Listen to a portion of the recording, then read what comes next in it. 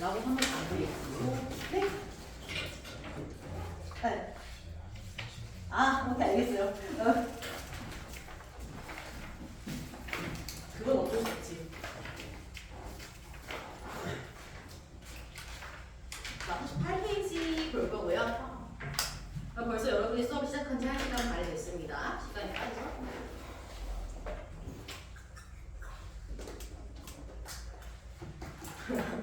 정신 차리세요.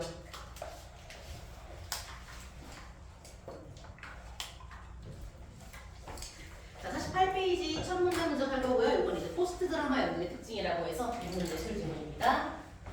첫 문장 분석 한번 해주세요. 별로 안 어려워요.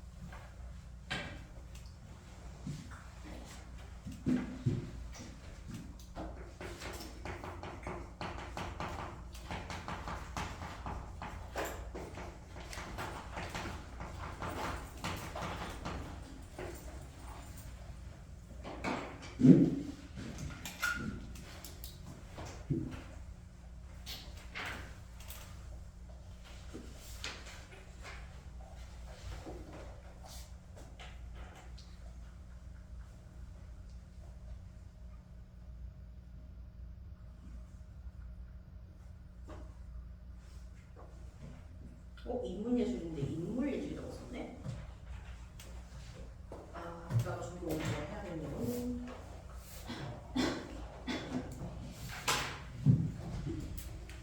앞에 과학기술 하나가 인문예술 오니까 엄청 쉽게 느껴지죠? 원래 그런 겁니다.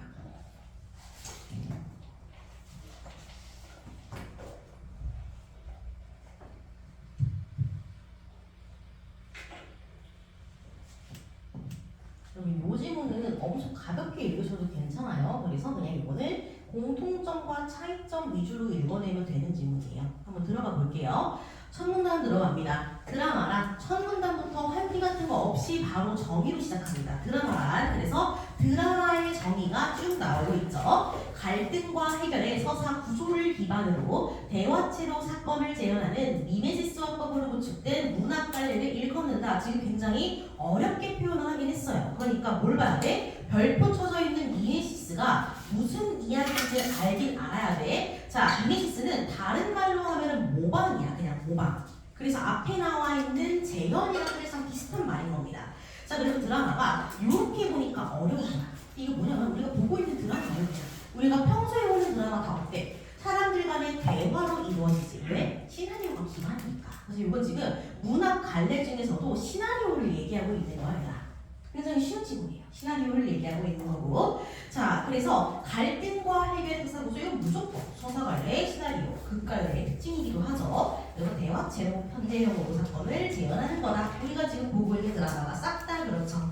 그리고 드라마 연극은 드라마의 텍스트를 무대 위에서 배우의 말과 행동을 통해 현재화한 것이다 라고 나와 있네. 그래서 우리 지금 첫 문단에서 벌써 두 개의 개념을 배운 거야.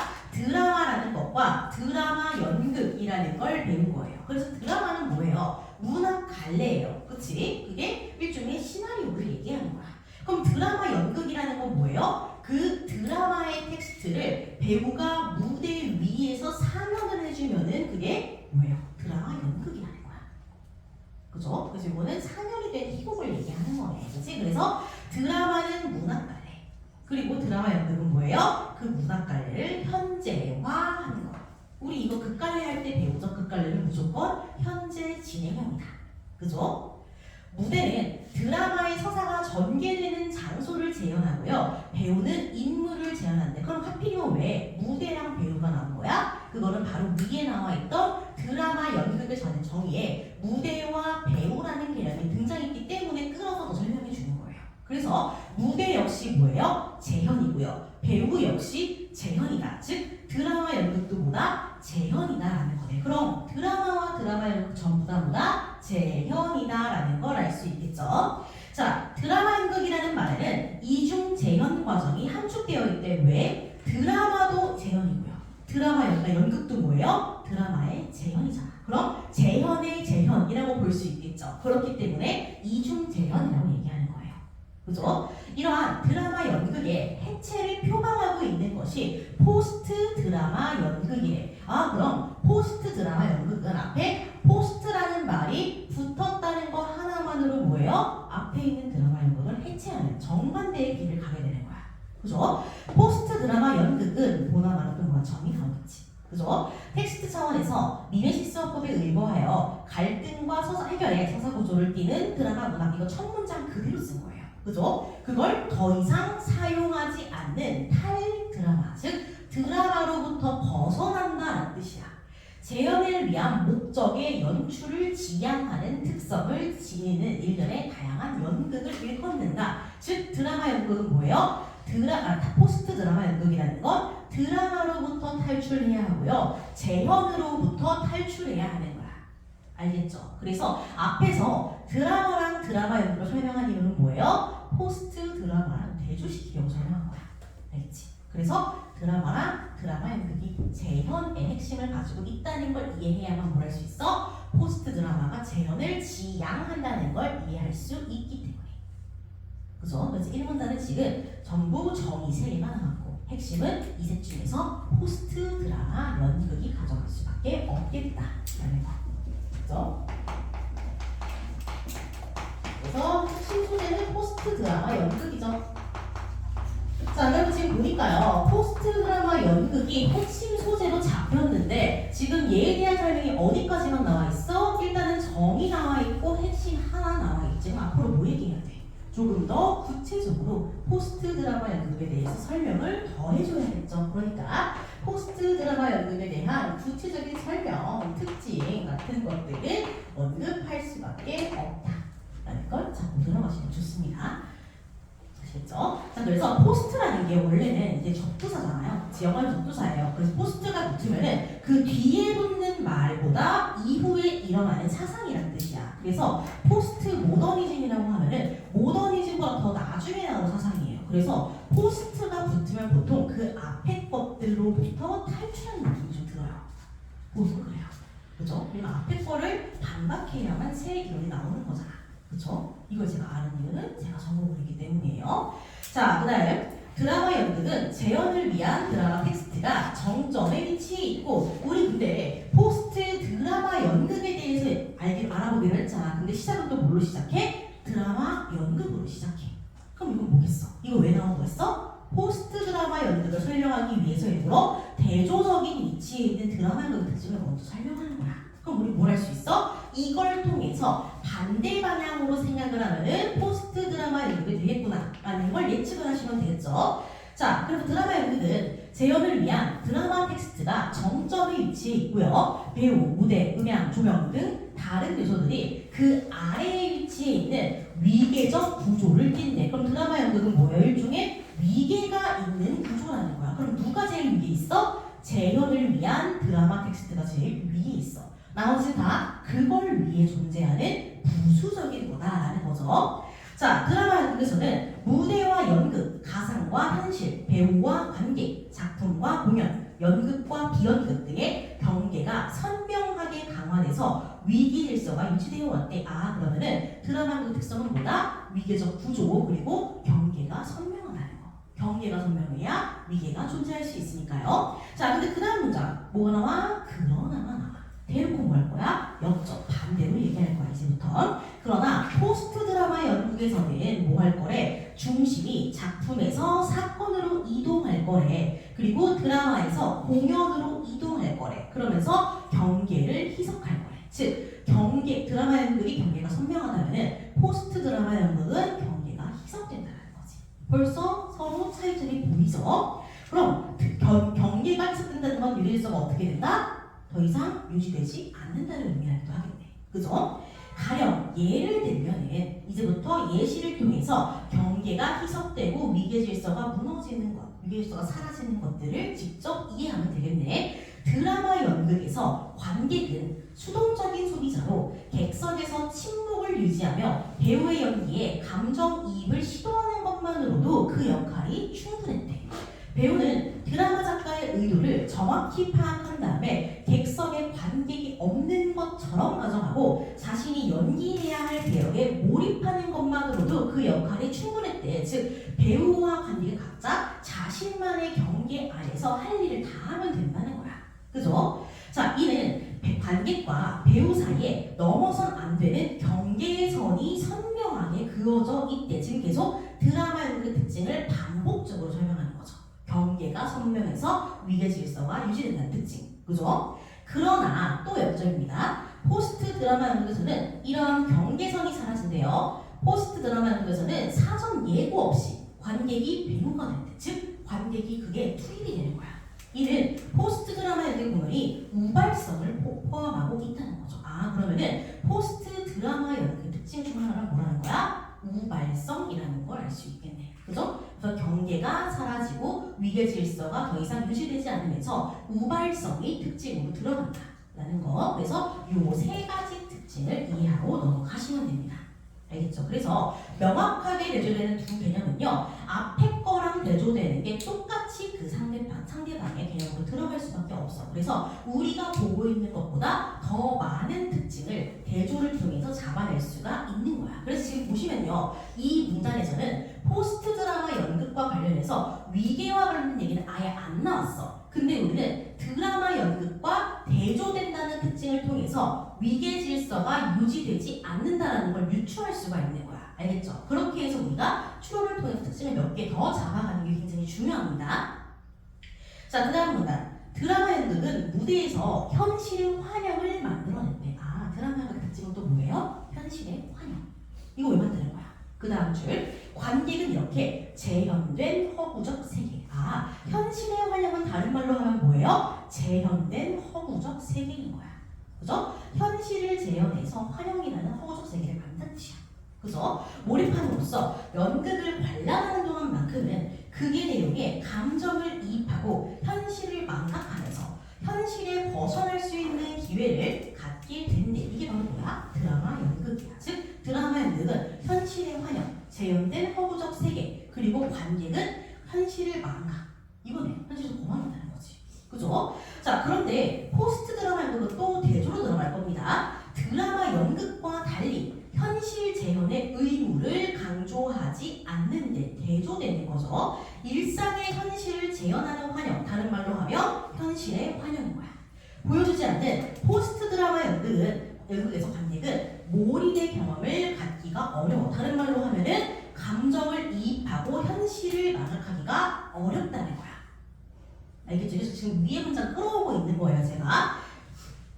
이처럼 연극이 현실 재현의 의무로부터 해방되면 연극은 공연 예술로서 지니고 있는 연극 그 자체의 특성을 강화할 수 있대. 그러면서 무대 위의 현실이 허구적인 것임을 노골적으로 드러낼 수 있다는 거야. 즉 허구인 걸 통해서 우리가 몰입을 못하게 한다는 거지. 이를 통해 관객은 연극을 관람하면서 허구적 세계에 빠지지 않고, 다른 말로 하면 허구적 세계에 몰입하지 못하고 라는 뜻이네. 자신이 살고 있는 현실에 대해 사유할 수 있다. 반대는 뭐예요? 현실을 망각하는 게 반대말인 거지. 그치? 더 이상 현실을 잊지 않고 망각하지 않고 이거를 명확하게 구분을 하면서 뭐 한다는 거야? 현실에 대해서 사유, 생각하게 된다는 거야.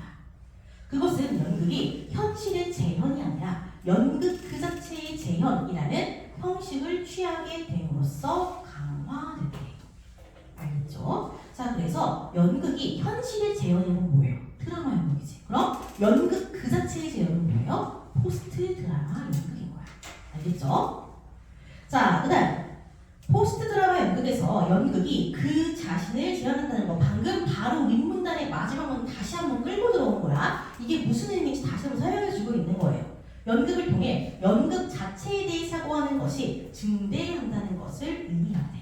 그러니까 연극이 그 자신을 재현한다? 이거는 우리가 연극 자체에 대해서 생각할 여지를 키워준다라는 거죠. 이건 연극 자체에 대한 비판과 반성적 사고, 즉 연극 자체에 대해 사고하는 건 다른 말로 하면 뭐예요?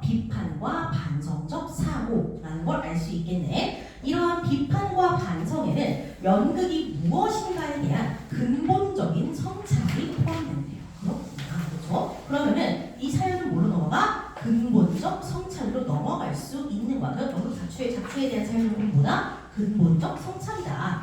연극에 대한 성찰은 연극 경계에 대한 반성으로 발전한다. 점점 더 생각이 이어지고 있는 거 보이겠죠? 자, 그래서 가령 예시를 듭니다. 자, 가령이라는 예시가 나오는 이유는 뭐야? 앞에 텍스트들이 매우 추상적이었기 때문에 여러분들이 구체적인 예시를 통해서 이해가 주는 거야. 그래서 앞말이 이해가 안 되잖아? 당황하지 말고 뒤를 살짝 보면 돼. 가령 이런 말 나오면 그냥 바로 그걸 통해서 받아들이면 되는 거예요.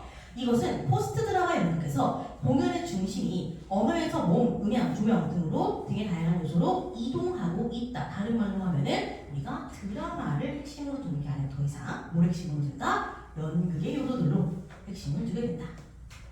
이에 따라 음악, 무용, 서커스 등 과거에는 비연극적이라고 판단되었던 요소가 연극의 중심으로 밀려 들어온다. 즉 아까 얘기했던 그냥 드라마 연극과는 반대되는 상황인 거죠. 이 때문에 포스트 드라마 연극에서는 드라마 연극에 비해 공연적 요소가 강하게 나타난대. 자, 예를 들면은 포스트 드라마 연극에서 배우는 어떤 인물을 재현하는 역할을 안 해. 그리고 행위자로서 몸의 반응을 보여주는데 치중한다는 거야. 즉 대본을 따라서 그 대본 속의 인물을 재현하는 게 아니고요. 포스트에서는 그냥 하나의 행위자로서 몸의 지금 순간순간의 반응을 그 자리에서 즉석으로 보여준다는 거야. 이때 관객은 배우의 표정, 몸짓, 손짓 등을 접하면서 자신의 신체적 감각과 지각에 민감해질 수 있는 기회를 제공하는데요. 관객의 입장인 거야. 알겠죠? 자, 아리스토텔레스는 연극의 핵심이 플롯에 있으며 플롯은 우연성을 배제. 우리 아까 우연성이 어디에 나왔지? 우발성이라는 말로 앞에 두 번째 문단의 마지막 줄에 나왔었어. 그죠? 배제하고 필연성의 구조로 사건을 배열하는 거라고 했대. 이는 오랫동안 드라마 연극에서 중시되며 하나의 원칙으로 지켜져 왔대. 즉 앞으로 우리가 문제에서 아리스토텔레스라는 말이 나와. 그럼 뭘 떠올려야 돼? 이 사람은 포스트가 아니고 그냥 드라마 연극이다 라는 걸 떠올려야 돼. 그리고 이 사람은 미메시스를 얘기한 사람이기도 해. 그러나 포스트 드라마 연극에서는 우연성이 강조된다. 완전 반대죠. 우연성의 증대는 공연 관례로서 연극이 지내고 있는 속성인 일회성, 찰나성, 반복 불가능성이 강화되는 걸 의미한대. 아, 그러면은 포스트 드라마 연극의 특징은 뭐다? 우연성, 일회성, 찰나성, 반복 불가능성 이렇게 되는 거예요. 그죠? 자, 매 공연마다 우연성의 개입으로 다른 공연이 연출될 수밖에 없는 사건으로서의 공연이 이루어진대. 왜? 우발적으로 또 우연적으로 행위자로서의 몸의 반응을 그때그때 보여주니까 당연히 그때그때마다 다른 공연이 나올 수밖에 없는 거야. 왜? 우리는 똑같은 걸 재현하는 게 아니거든. 그죠? 사건으로서의 공연이 이루어진대요. 드라마 연극이 완결되고 폐쇄적인 작품을 지향해. 왜냐? 하나의 틀이니까, 하나의 문학이니까. 포스트 드라마 연극은 미완결 상태로 개방된대. 완전히 반대되는 말이죠. 지금 현재 발생하는 사건, 말 그대로 현재 진행형 의도하는 거야. 연극에서 사건성은 예술에서 퍼포먼스가 중시되면서 더욱 강화되고 있대. 이 사건성이라는 건 어디에서 온 거예요? 아까 바로 밑줄, 윗줄에 나오는 사건으로서의 공연. 여기서 나오는 말이 사건성인 거야.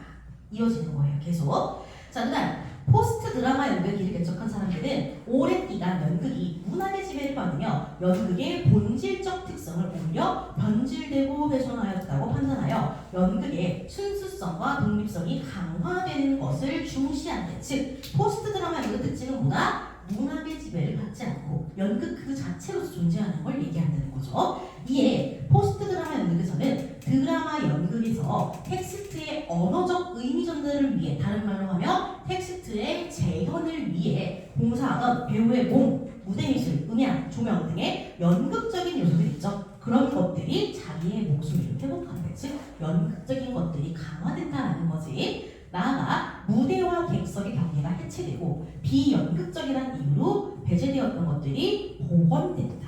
이게 바로 뭐예요? 앞에서 나왔던 문단들을 싹 다 요약한 거야. 그죠?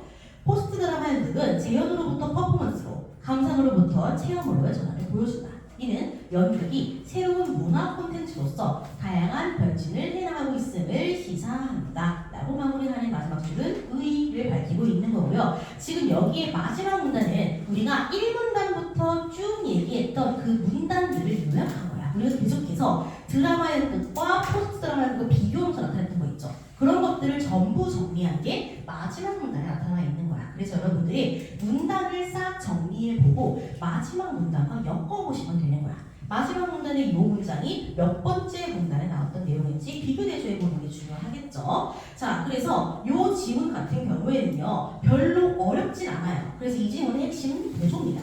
그죠? 대조를 통해서 우리가 최대한 많은 정보를 뽑아내는 게 중요한 거야. 이 지문은 대조로 구성되는 지문이고, 여기서는 드라마 연극과 포스트 드라마 연극을 대조하고 있다. 근데 핵심은 뭐예요? 포스트 드라마 연극이므로 우리는 뭘 찾아야 돼? 드라마 연극을 통해서 포스트 드라마의 특징, 드라마 연극의 특징을 계속 찾아낼 수 있어야 한다는 거. 그렇죠? 자, 그래서 1문단부터 차근차근 한번 다시 정리해 봅시다. 자, 1문단에서는 드라마와 드라마 연극, 포스트 드라마 연극 이 세 가지의 개념을 먼저 제시를 하고 있어요. 그래서 드라마를 이해해야만 드라마 연극을 이해할 수 있고, 드라마 연극을 이해해야만 포스트 드라마 연극을 이해할 수 있다는 뜻이기도 해. 그래서 드라마 연극은 재현의 재현이고, 포스트 드라마 연극은 탈 드라마를 표명하면서 재현으로부터 벗어나고 싶어하는 특징이 벌써부터 1문단에서 나와 있는 거죠. 그래서 2문단부터는요, 그냥 드라마 연극과 포스트 드라마 연극을 대조하면서 각자의 특징을 쭉 비교해 나가고 있어요. 그죠? 그래서 대조, 드라마 연극, 그리고 포스트 드라마 연극을 명확하게 대조하세요. 이 두 가지를 대조하면서 똑같이 나오지 않은 말이라도 우리가 알아서 눈치껏 상대방의 특징으로 가져갈 수 있게끔 연습하는 것이 중요합니다. 자, 봅시다. 그래서 2문단으로 갑니다. 자, 드라마 연극은 재현을 위한 드라마 텍스트가 정점에 있다. 그리고 경계가 선명하고 미개 질서가 유지된다라는 거. 그렇죠? 자, 그래서 일단은 드라마 연극의 특징, 경계가 선명하다. 자, 경계가 선명해서 뭐한다? 위계 구조가 유지된다. 이때 위계 구조라는 건 뭐예요? 드라마가 제일 위에 있고 나머지 연극 요소들은 아래에 있는 걸 얘기하는 거야. 그죠? 그러나 포스트 드라마 연극에서는 뭐한다? 경계가 희석된다. 그죠? 경계가 희석돼. 경계가 희석된다는 건 다른 말로 하면 뭐예요? 위계 구조도 더 이상 유지가 안 된다. 라는 거 알 수 있겠죠? 자, 그래서 그 다음으로 뭐가 나오니?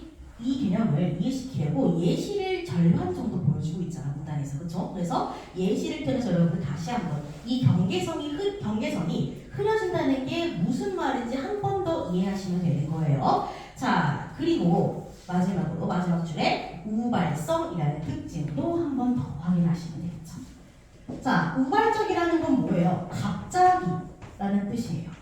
그치? 그럼 갑자기의 반대말은 뭐예요? 다 이유가 있어서 그렇게 되는 거야. 우리 그걸 뭐라 그래? 개연성이라고 하는 거야.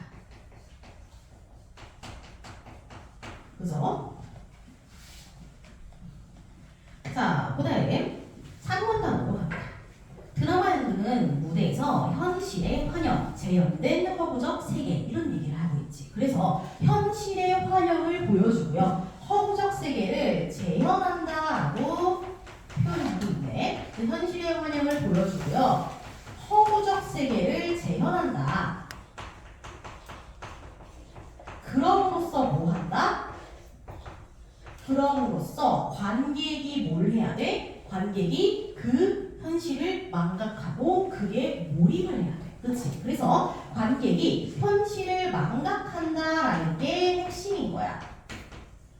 자, 그러면은 반대로 들어가는 건 어떻게 해야 돼요? 얘는 화형 같은 거 안 만들고요. 허구적 세계로 재현을 안 해. 그래서 뭐해? 관객이 이입을 못하게 만들어. 그렇죠? 그래서 몰입을 못하게 만든다는 거야. 그렇지? 그래서 얘는 현실 재현의 의무가 없다는 거. 똑같이 할 필요가 없다는 거네. 현실 재현의 의무가 없으므로 관객이 몰입을 못하게 돼. 즉 다른 말로 하면 현실을 망각하지 못하고 뭐하게 돼? 현실을 사유하게 돼.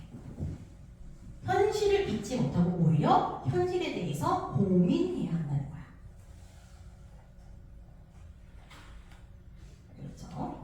자, 그래서 밑에 중요한 말 나옵니다. 그래서 드라마 연극이라는 건요, 여기서는 현실의 재현이라는 말을 쓰죠.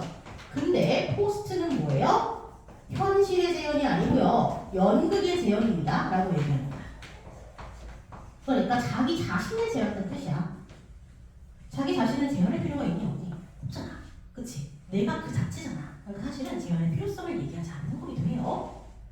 자, 그래서 다시 한번 해설해요. 이게 무슨 말이냐면 자기 자신을 재현한다는 거는 여기에 대해서 생각하라는 뜻이야. 사유하라는 뜻이고 사고하라는 뜻이에요. 그래서 여기에 대한 사고로 이어질 건데 이 사고는 비판, 반성, 성찰로 이어진다라고 하죠. 그쵸?